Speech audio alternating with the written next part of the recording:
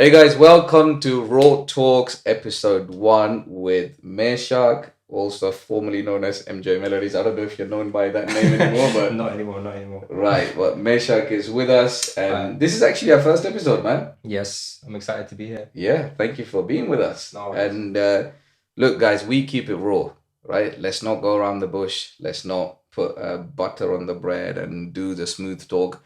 Let's be raw. Let's be open. Let's talk about how life is. Yes. Because a lot of the time we like to polish things. Let's not do that here, right? Because what you say, what we say, or what we actually talk about will actually help a lot of people when there's clarity in it, and obviously when there's truth in it, and when it's authentic. And that's the purpose of this, right? So, welcome. So, do you want to tell a bit about yourself, what you do now, and who you are, and stuff like that? Yeah, so my name is Mehak and I'm 25 years old. Tamil, obviously. And so right now I'm just working under a business. But before I used to be a music producer under the name MJ Melodies. Yeah. And I was a music producer for nearly 7 to 8 years. Mhm. And so that's basically me in a nutshell. Wow, right. Because I've known you for a long time now. And I think we were talking earlier. I've known you even before you were MJ Melodies. Yeah. And we've come across parts in different various scenarios. So talk me through about your journey. We're going to go into a bit more detail in terms of what's happened. But just to put in a nutshell, where were you around 10 years ago? What happened in between? Where are you now? Just in a nutshell, summarize it, and then we'll get into more details on it. Yeah, so my journey with music started since I was a young child. Yeah. I was brought up in church, Yeah. so since the age of like 4, 5 years old, I've always liked instruments. When I was like 5 years old, my one of our church aunties, she bought like a dolki, Yeah. like a tabla, and I used to play that all the Yeah. Bible studies, all the night prayers. It's a classic Tamil church. Yeah. You go there. And I've just always had a passion for music. Yeah. Even when like worship was being led, I'll have like 2 pencils and start just tapping. Like I Yeah. can't sit still Yeah. without playing anything. And then that passion slowly turned into a career. When I went into university, I studied music technology. Yeah. And then during this time, I had like a vision to start like a music page. Mm-hmm. So I started putting out piano covers of songs, and then my friends around me were like, "Why don't you try making beats? Why don't you try producing music?" Mm. And during this time, there was only like I'd say like a handful of music producers who were properly producing music for artists.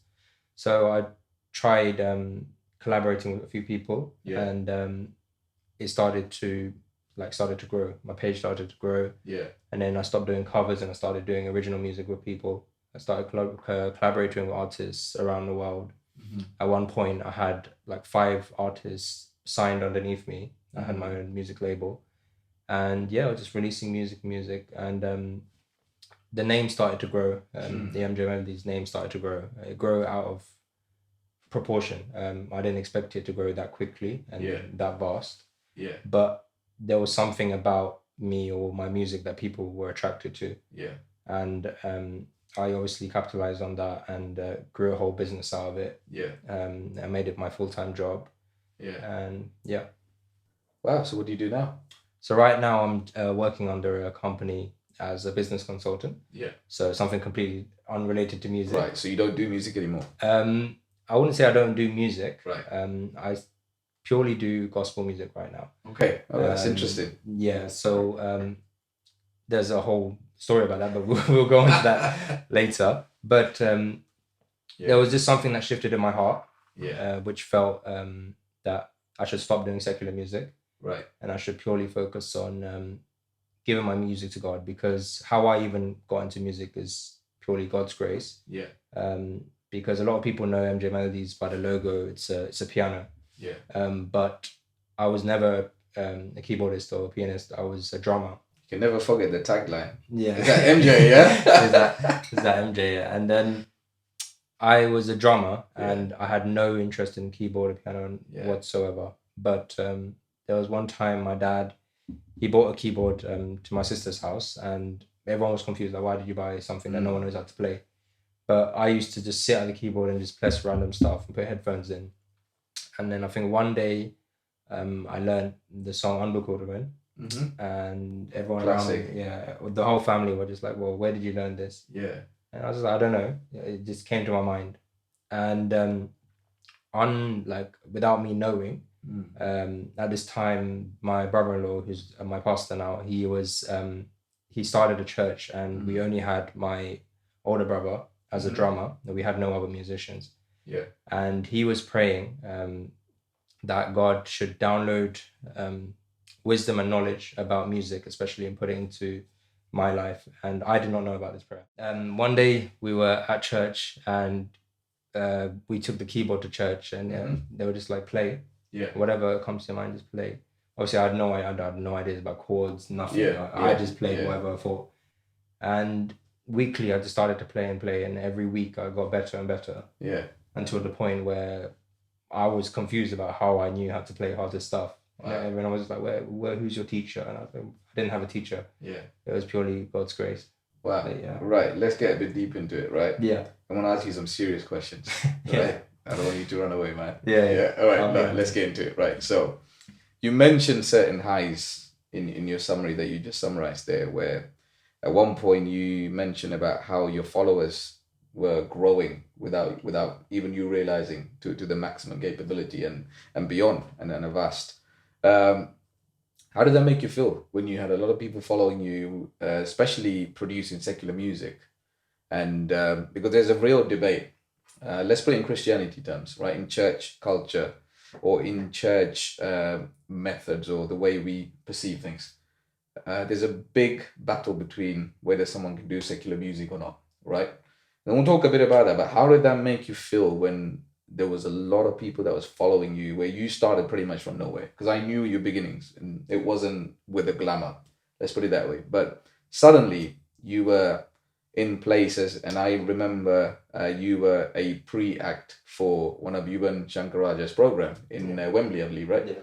So you were in big arena, you were suddenly elevated. You're a young guy, getting popular, getting a lot of followers, and let's be honest, let's talk raw. There would have been a lot of girls after you, right? I see by your smile, that's true. Okay, all right. It would have happened, right? Let's be honest. And a lot of people were following you, a lot of people were doing, and it was sort of a dream for you as a young person, because I've been past your age, and that would have been like a dream. How did it feel? Yeah, it's interesting you say dream, because a lot of people around me at the time, they always used to say, like, how do we get to your level? But to me, I never really saw it as big as they told it to me. Yeah. So I would have people be like, bro, like, you just hit 10K followers, you just hit this many followers, like, you should be proud of yourself. But in my head, I was just like, okay, but where's this going to end? Like, what's next? I never had a time, I was so restless, I never had a time to think, okay, let's enjoy this moment and let's move on to it. It was always like, okay, what's next? Okay, you just done Yuvan, who's next? Who's coming down next? But there was obviously, during all the achievements, I was happy. I did have a sense of happiness, because I felt like I've achieved something that no one in my family or no one around my age group has in such a short period of time. Yeah. And a lot of people were shocked because I came out of nowhere. Actually, half the people I knew didn't even know Chesington existed. And then for them to see me on like posters with Yuvan or working with Shiva Prakash or whatever, it was like a massive, it was just like I wouldn't say like a threat, but there were people who were surprised, like pleasantly surprised. So I had a lot of support from people around the world through this. I even had like free trips to different countries. Wow. Like, for example, Canada, I had a whole month's trip free, from the plane ticket to accommodation, everything. Someone sponsored you for all that? Wow. They sponsored me to play for their wedding, to play piano for their wedding. So you were getting sponsored out of these fame that you were receiving, and so to put it in context, I don't want to cut you off, but to put it in context, there was a lot of popularity growing around. 100%. And fame was coming as part of it, because I saw your Instagram. You were getting quite a lot of followers, and I believe your Spotify streams were hitting thousands and thousands. So just put in context, how much, what were the streams like? Roughly. To this day, I think I'm on like not 20, 5.7 million. Oh, sorry, not thousands, millions. My bad. Sorry, millions. So that shows the amount of success you've had on the secular side of things, right? So what was lacking? I understand it now, but at the time I didn't understand. Right. But the main thing that was lacking was I lost my identity. Wow. That's a very deep thing to say. What makes you say that?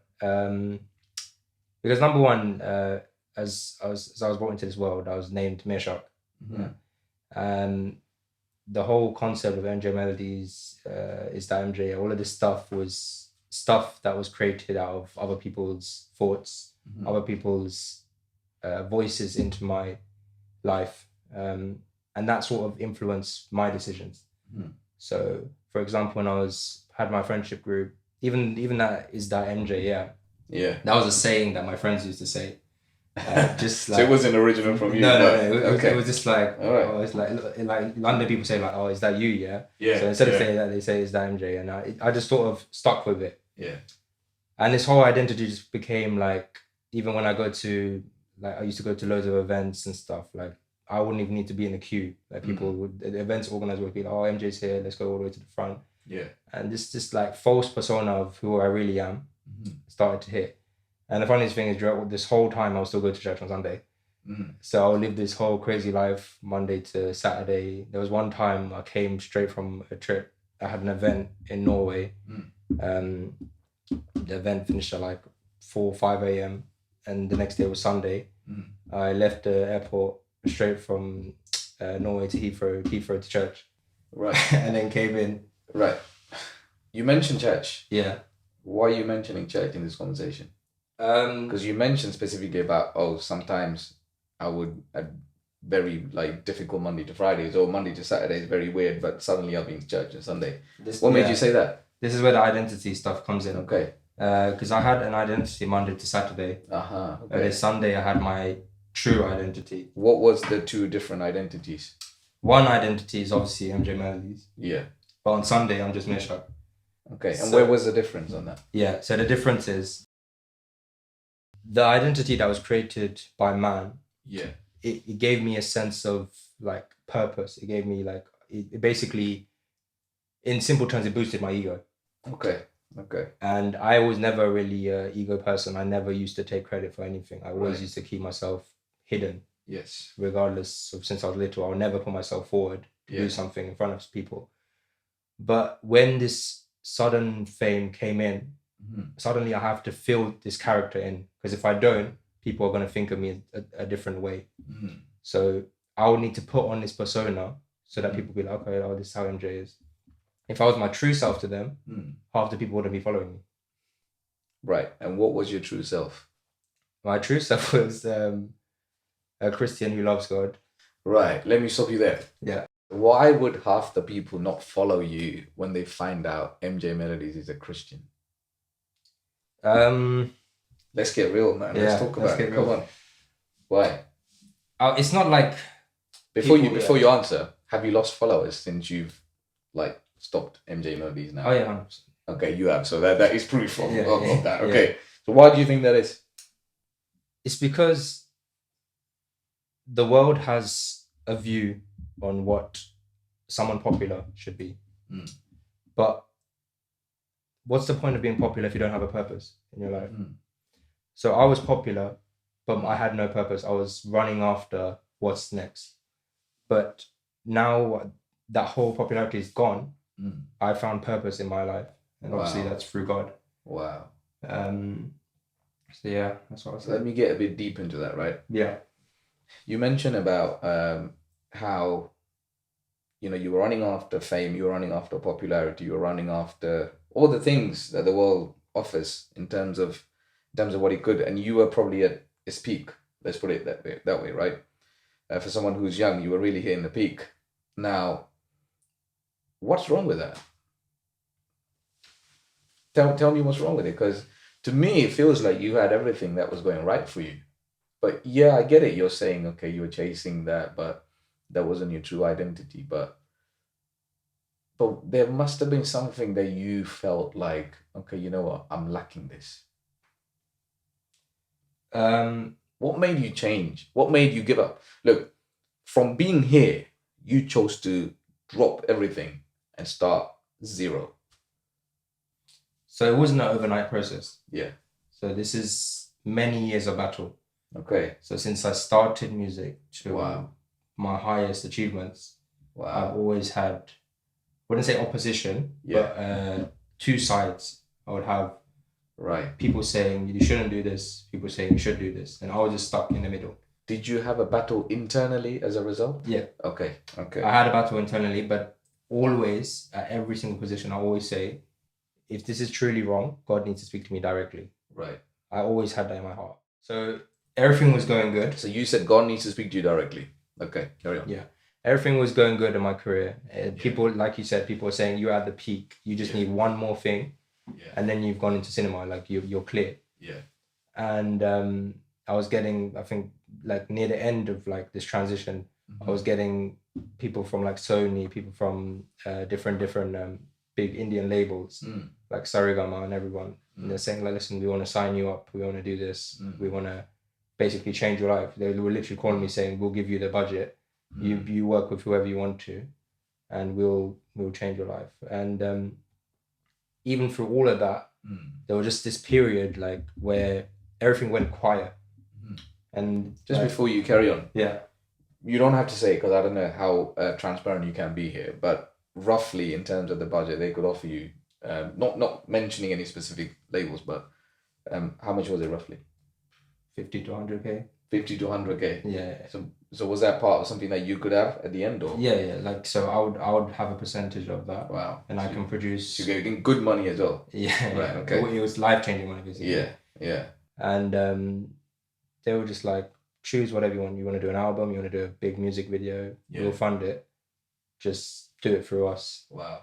And these opportunities were stuff that people were dreaming of. There were so many people that started to imitate what I was doing. Yeah. And it became like I was a role model to many young people. Yeah. Even before God spoke to me. Wow. Which is kind of crazy. Yeah. Because if you're in a position of power, and if you're leading by the wrong example, people will still follow you. And I feel like I have a duty to correct the people that I may have misled. Okay. During my time with Melodies. Right. So coming back to the question, I said, what was lacking when you had everything? What was really lacking? Yeah. So during this time of quietness, I had a time where the project started to slow down. I missed like a payment on my studio, and like things financially weren't going well. And I was just talking to my friends and stuff like, I don't know, like what's going on, and everyone was just like, no, like it's just a quiet season. Don't worry, people will come back. Like in my heart, like something was not right. Right. Because before I used to wake up, I used to make content in the morning, finish off people's projects, and stuff just started to delay. Yeah. And everyone was like, oh, listen, are you okay? I was just like, just give me some time. Yeah. And there was another situation which was going on. And everything just started to pile on. And the pressure just started to get to me. And then I was just like, listen, it's quite, I don't think I've told anyone this, but there was a period of my time where I was so hopeless looking for answers about why this happened to me. I started to look into positive vibrations and all this stuff. Well, what's that? So, is it like some sort of a, like good energy back? Yeah. Oh wow, really? Oh wow, okay. Yeah. All right. There was a period of my time I actually looked into all of that. Wow. There was a time I was so hopeless. I was crying to my friend on the phone. I wrote down on a piece of paper, I think it was like 100 times. Yeah. I'm going to be successful, and I put it under my bed, sleep, wake up, and read it. Yeah. And all this nonsense was going on. Yeah. And nothing was helping. Yeah. And then I just stopped everything. Like I deleted my, as in like not my account, but I just deleted the app. Yeah. Stopped talking to everyone. I was just like, listen, maybe now is the time. Wow. To reconnect back with God. Come on. And just took some time in prayer. And during this whole time, this is another topic, but I used to be involved in ministry. So when you mean ministries, for people who don't know, yeah, serving at church. So I was serving doing at church stuff. Yeah. as keyboardist, like helping with the worship stuff. Yeah. Obviously, due to my life as MJ Melodies, I took we had to have the decision of taking me down from that position. Right. I want to get into this, but before we get into this, Yeah. I just want to clarify something. So from everything you've just said, so you've had everything, but you were missing God, and that's what you were missing in your life from what you were saying, right? So you said you even looked for positive energies, and you were looking into various methods to just feel better, because that lack that was in your heart could not be filled by music, could not be filled by fame, could not be filled by money, followers, nothing, but only God, right? And you mentioned something about in your church, as part of your church, I think your pastors had a conversation with you and decided to step you off because you were ministering for so long before that. How many years were you ministering? Over 10 years, maybe. 10 years. Yeah. So after 10 years, they come and tell you, okay, Mehak, I think you're probably going a bit in the wrong lane, so we want to take you off this. What was your thought process there? It was a confusing one. Because I never really understood it. I always used to think, okay, no, this is my job. Like, what am I doing so wrong? I'm bringing money to the family. I'm coming to church on Sundays. I still love God. Yeah. But there was a compromise always. What was a compromise? The compromise was I never really gave my full heart to God. It was like half heart to the world. Like the Bible says, like you can't serve two masters. Right. And I was serving the world while I was trying to serve God. So to go a bit deeper into that, so when you mean you have two masters you were serving when you were creating secular music, okay, how did that affect you? In other senses, so it took you away from God, from what you said, and you didn't have peace at all as a result of that. So something just didn't feel right at all, right? And when you were talking about the battle there, because I asked you once, was it internally, and you said yes. I just want to clarify some things before we go ahead. The battle you faced, biblically speaking, the battle you face is what everybody will face in their life. And this is a big part of secular music, because there's a massive debate, especially in the Christianity circle, for the people who are listening, where you ask the question, is it right to listen to secular music, or is it wrong to listen to secular music? My answer will be, a Christian can do whatever they want, right? A Christian can do whatever they want because of free will. God has given us the free will to do whatever we want. But not everything is good for us. And it's as simple as that, right? Now, if you ask about secular music or secular things, how does it affect you?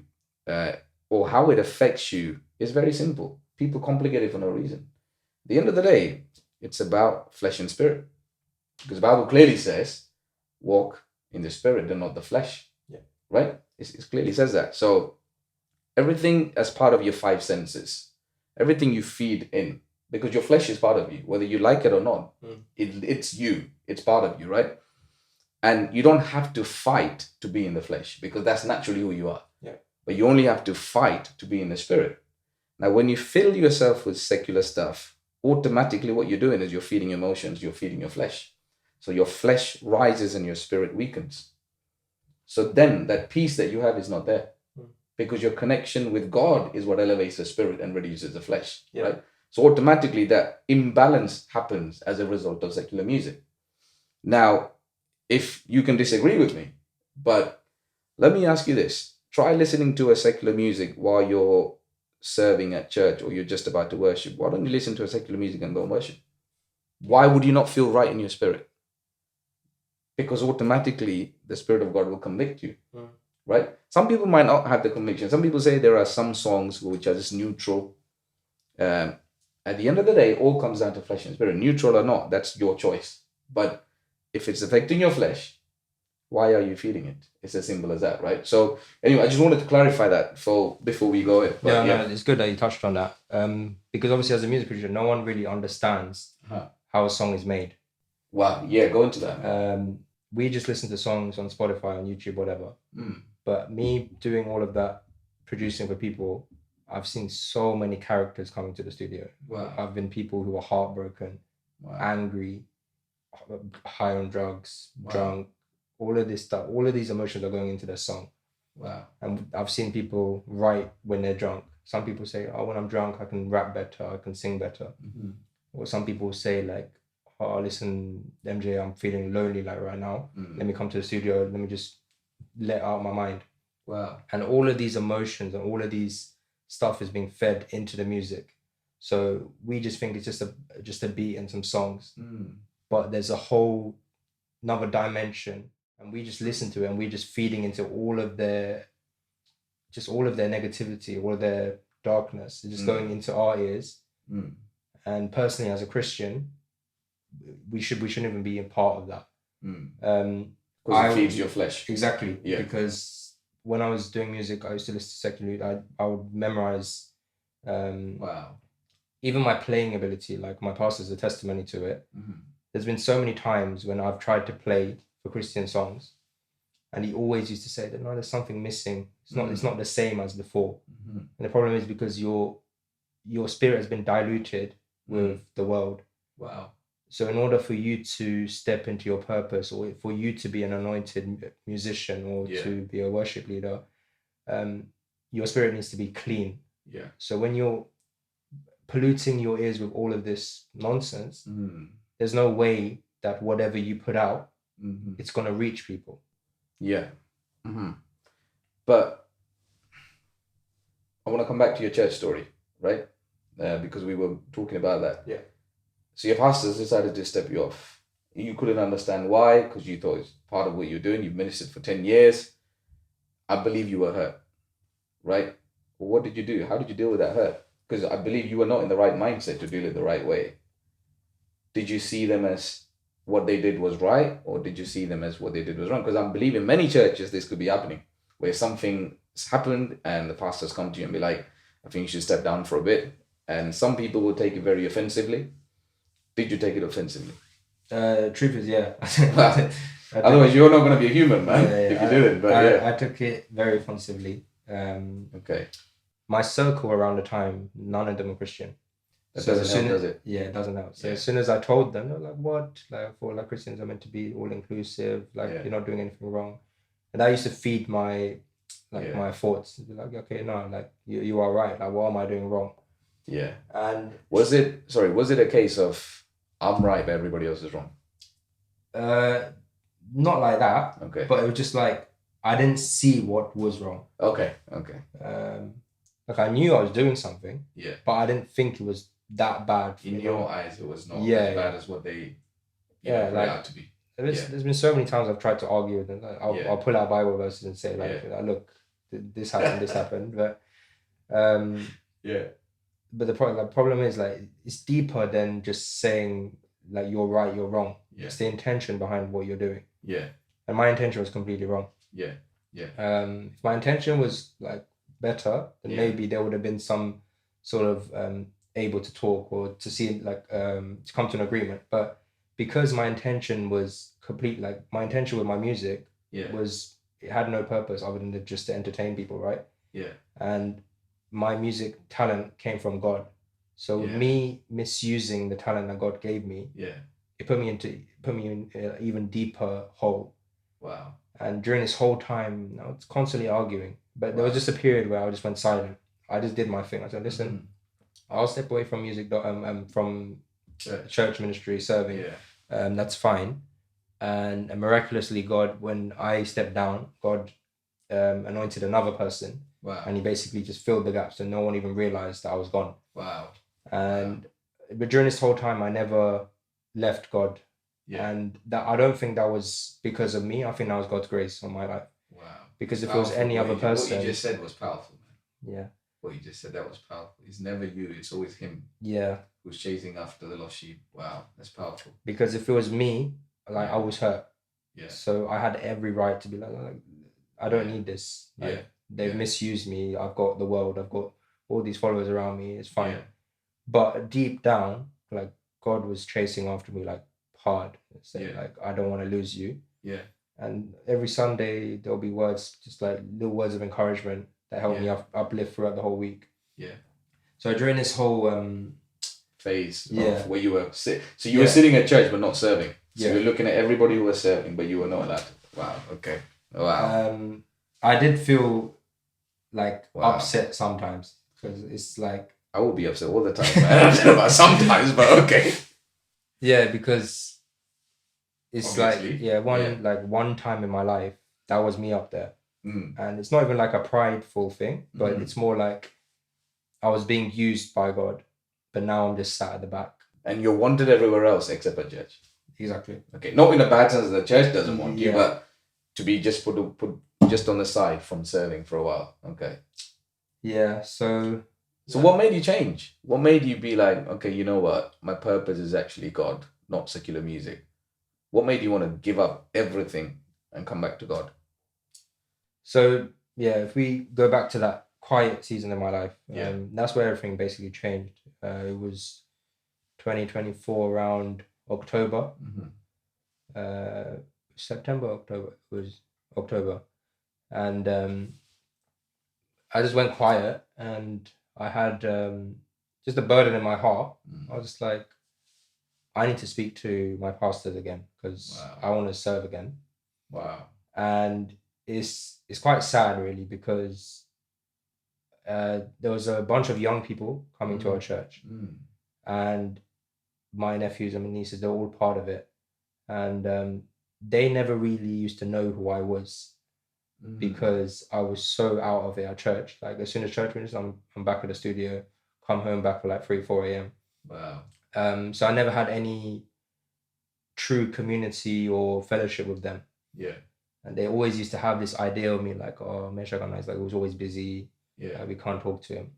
So there was some time during this whole pipe season when I would just stay by the keyboard after church. Yeah. And I'll just talk to the keyboardist, and I'll just be like, oh, like, you can play like this, you can do that. Yeah. And they all started just like mingle around. Yeah. And we just started to build this random spark of fellowship. We started to like joke around. Yeah. They'll be like, oh, like, we didn't know you were like this. Like, even my own nephews and nieces, they never really knew who I was. Wow. They knew of me because of music. Yeah. They used to be like, oh, like, Mama does this. Yeah. But they never knew the true me. Like, my family were the only one who knew the true me, and they knew like I was a quiet person. I would joke around, whatever. And so these things started to happen, and in my heart, I was just like, what am I doing? So I went to my our pastor's house, and we just had a conversation. I was like, listen, I want to serve again. And I just broke down and I said, listen, like, I was so angry at you guys. I'm still so angry at you guys. I don't understand why. And they opened up and they said, like, listen, we don't hate you, but we know you have a bigger purpose than this. We know that God has a calling over your life. And that really resonated with me. It's just like, there's something bigger than what I'm doing now. Wow. And it's just like, okay, like, let's actually think this through properly. So I went into some time of prayer, and then in our church we had this 6-hour worship. So we do it yearly, and I was sat at the back. I was doing the sound or something, and bear in mind I haven't done anything at the front for a couple of years now. Yeah. And then our pastor was leading worship, and the young people were coming on to start worship. And before that, he just asked me to pray. So I come to the front, and I was shocked, obviously. Yeah. And then I pick up the mic, and then my hand's shaking. Wow. And I just close my eyes and start crying. And then the first words that came out of my mouth was, it's time to step off your platform and to put God first in your life. Wow. Respect. And that just was a huge awakening. Yeah. It was just like, wow. So this platform was never made by God. So when you said that, something inside you changed? Yeah. Wow. I would say instantly. Wow. All those years of arguing back and forth. Yeah. The answer was right there in that one word. Wow. Put God first. Surrender. Yeah. Wow. Surrender, submit, and step off your platform. Wow. which is a huge thing. It's like thinking like if someone just run a race, there's 3, 2, 1, and the one's the highest one, and someone saying, yeah, get off the first place, go down to the third. No one will do it. And nothing else mattered in that point of time other than me completely surrendering my life to God. Wow. And it was a huge turning point within our church, within our young people, because they knew that I had no reason to do this. They knew that this was God.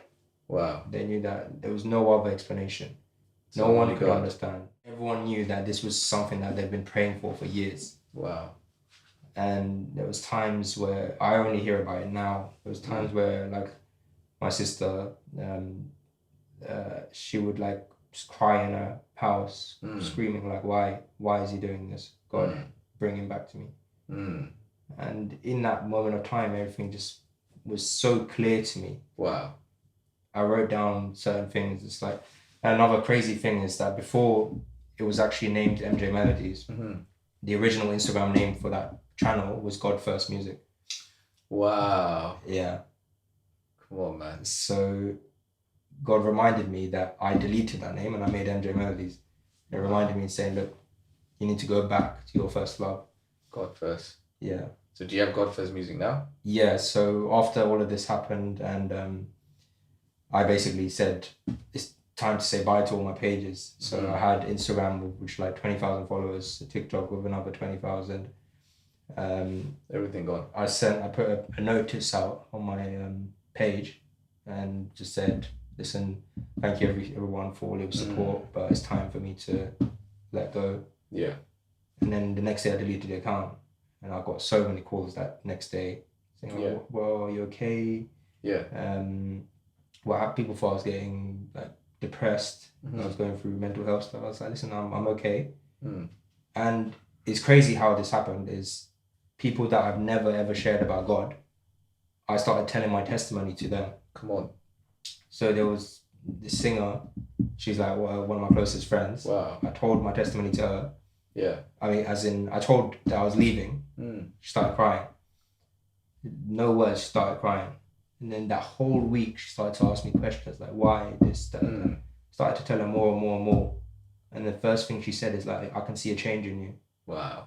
The way you talk, the way you're responding to things, you sound so much more wiser. Wow. And it was all instant. It was very quick. When God's plan is on your life and you've submitted, God accelerates. Yeah. There was no time for me to delay. Come on.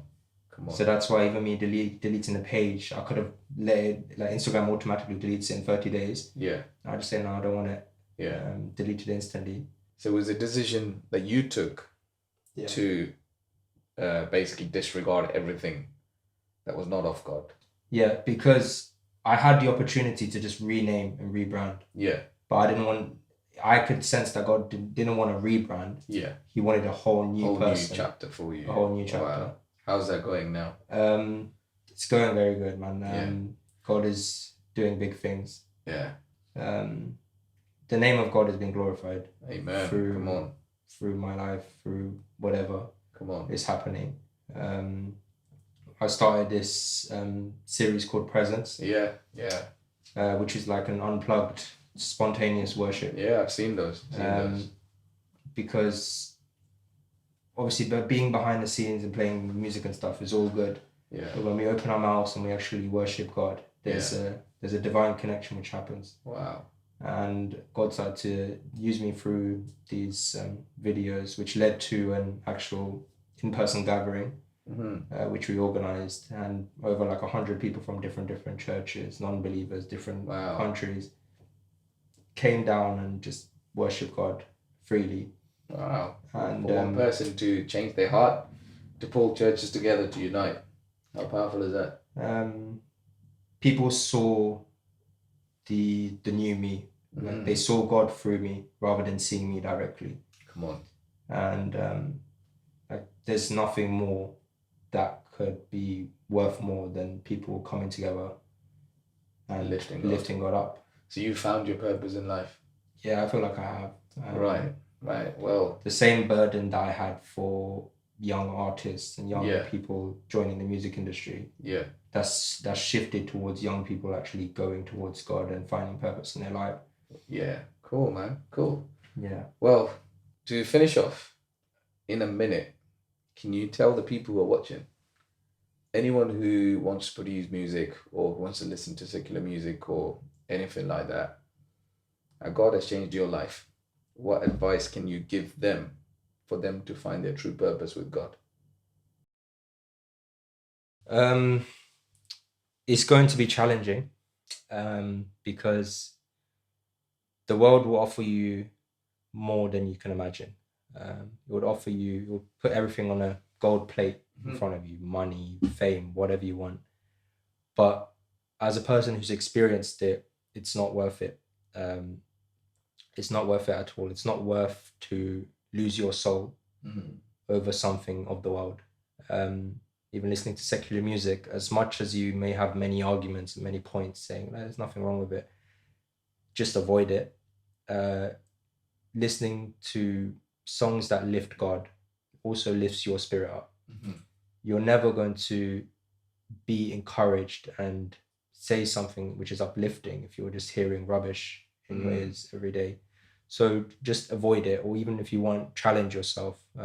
Challenge yourself for like a week or a month. Just stop listening to secular songs, start listening to worship songs, worship sessions, and actually open your mouth and glorify God yourself, because God cares more about your mouth and your words more than anything else.